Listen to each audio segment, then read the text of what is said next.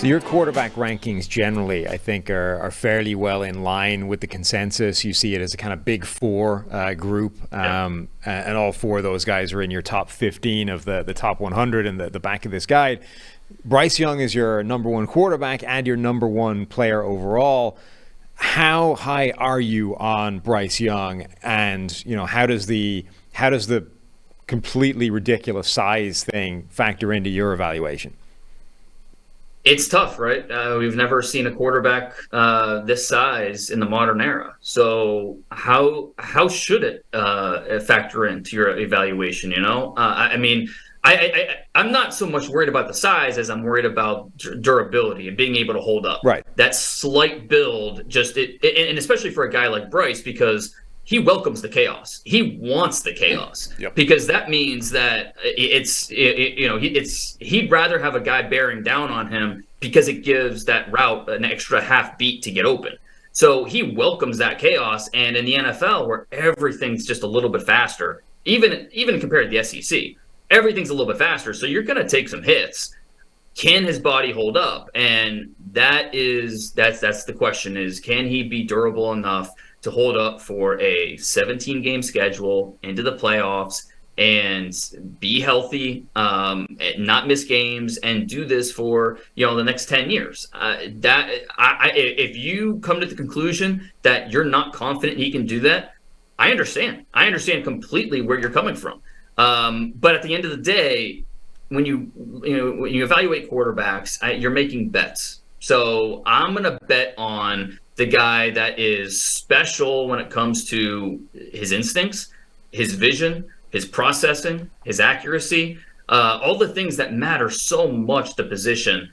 I'm going to bet on those things and kind of cross my fingers that he's going to be able to stay healthy. And I hear, crossing your fingers that he's going to stay healthy. It's not really a sound process, but at the same time, when you evaluate quarterbacks, you're going to have to give on something, unless you're evaluating, a no-brainer at number one, which I don't think this draft has one of those guys. You're going to have to give on something. And with Bryce, you're going to just hope that you're going to be able to keep him healthy enough that he's going to evolve as well in terms of taking care of his body a little bit more. So, just understanding, welcoming that chaos, but at the same time, not taking hits. So I'm going to bet on that. I'm going to bet on everything that, intangible that he brings to the position and see what happens. So I think that's what the Panthers are going to come to the conclusion too is, listen, this guy, he's an outlier. The moment we draft him, he's going to be the smallest quarterback in the league. But I think our offensive line is in a good spot, and we're going to bet on the guy that is special between the ears and just everything he brings intangible-wise. How high do you have him ranked or graded compared with, the last few kind of draft classes of quarterbacks? Obviously, last year was a rough year, right. Not a great comp, but the Trevor Lawrence year, that kind of thing. Where does Bryce Young stack up with the fact that we don't really know what to do with the size thing, but on the field, this is what he looks like?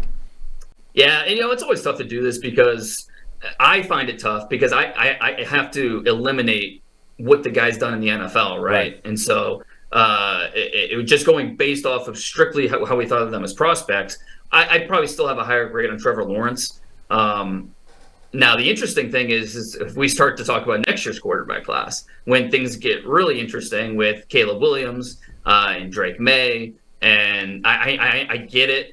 Next year's quarterback class is always better, quote unquote. It's a cliche we hear almost every year. It was true last year when we talked about this quarterback class, and I think it's true for next year's quarterback class with the guys we have coming up next year. So I think there's a good chance. As much as I love Bryce Young, I think Trevor Lawrence has a higher grade, and there's a good chance both those guys next year will have higher grades because and the size being the main factor there. Caleb Williams, and the other thing with Bryce that worries me a little bit is that when he is in the pocket and things close up on him a little bit, he doesn't have that power arm where he's going to step into the throw and drill these darts down the field. He has a good enough arm. I'm not worried about the arm, but it's not a power arm, and that worries you a little bit. Caleb Williams, I don't have that worry at all. So, I think there's a good chance both those guys next year have higher grades than on what I see Bryce Young this year. Yeah, Caleb Williams does some ridiculous things with the ball. I mean, you're gonna hear Patrick Mahomes comps. You're gonna hear comps for every great quarterback for Caleb Williams next year. Do you have like a hard grading number or specific system? Is there a way to go back and say this guy was a 7, this guy was a 7.2? Do you have that? Is that hidden somewhere? Because it's not necessarily displayed, but do you have that to reference? How does that process work for you? Yeah, I mean, I do. I have my own internal that means probably absolutely nothing to anybody, but except for me. You know, like my draft language. Model. It's my own scouting language of weighted for this and that, and how I view certain traits and things like that. And I think that I tweak it almost every year, so it does make it difficult because I think the biggest. So I've learned over the years the best trait for an evaluator is to be a self-evaluator and understand, okay, this is what I've gotten wrong, this is what I've gotten right, why, and understanding. And so I do tweak my process a little bit every year, and so it kind of screws up my, be able to compare it year to year. But I do have my own kind of internal grading system that I use. So one of the things we debate here all the time is how much, in quarterback evaluation specifically, I don't know where you stood on Josh Allen or Justin Herbert or Mahomes coming out. And again, it's more art than science, right? Everybody probably wrote, hey, Mahomes could be special, right? And we could all point back to like, hey, we said Mahomes could be special, right?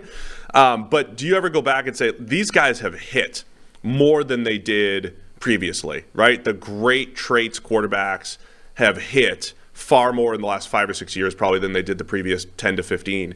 Does that change your evaluations at all? Is that an evolving league, or is that just the numbers, right? We just started to hit on some more of the toolsy type of quarterbacks recently.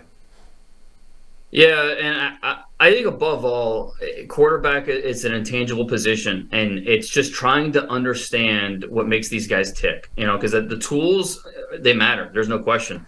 But I think Jalen Hurts is a great example. Like for a guy that.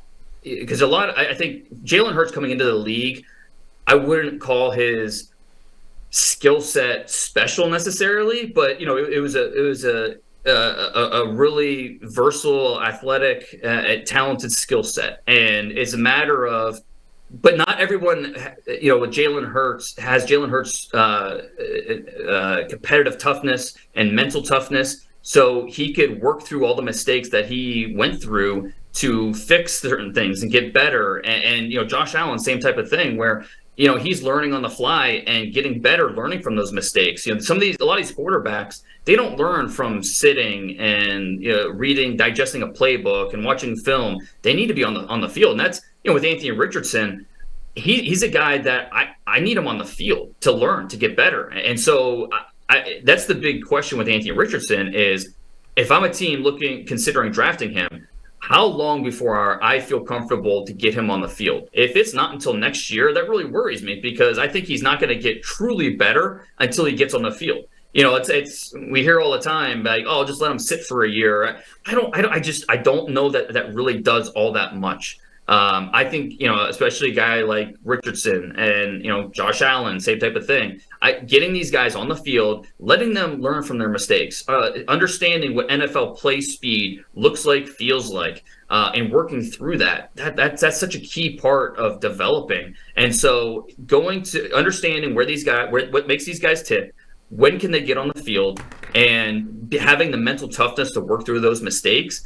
To me, that's as big of a key factor here as anything. So having those tools is great, and it's a big part of the equation. But having the mental toughness to work through the mistakes and work through all the errors that are inevitable that come with playing the position at a high level against NFL defenses, that's a big part of this too. So I think with Hurts, it's a great example because he's a rock. He's a guy that has so much confidence and belief in himself that he can work through all that, and it's not going to deter him. He's going to keep chugging away, getting better and better. And just not every quarterback has that psyche, has that mentality. So trying to understand, getting to the head of all these guys, that's the toughest part of quarterback evaluation especially for us on the outside, but even for teams who have unlimited resources and, all this access to these quarterbacks. So it really makes it interesting. Yeah, I feel like there's a really interesting balancing act now between experience and getting these guys improving on-field reps. Like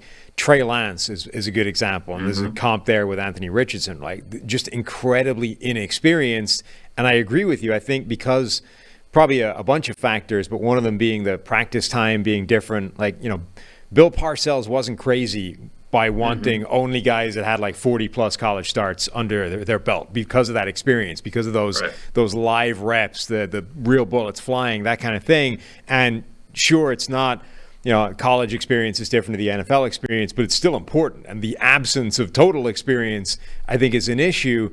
And if you're going to be one of those guys where you're taking a guy that's very inexperienced, you have to have a pathway to being able to play them in the NFL while they're not the finished article. And I think that's where that running ability really shows up for guys like Jalen Hurts, Justin Fields, Josh Allen as well, presumably Anthony Richardson, and maybe where Trey Lance has had problems is that they haven't put him on the field yet. Like, he didn't really play right away, then got injured and hasn't been able to play. So he hasn't been able to get better during the course of a career, whereas Jalen Hurts had a couple of years to develop as a passer. Justin Fields has bought himself time to develop as a passer.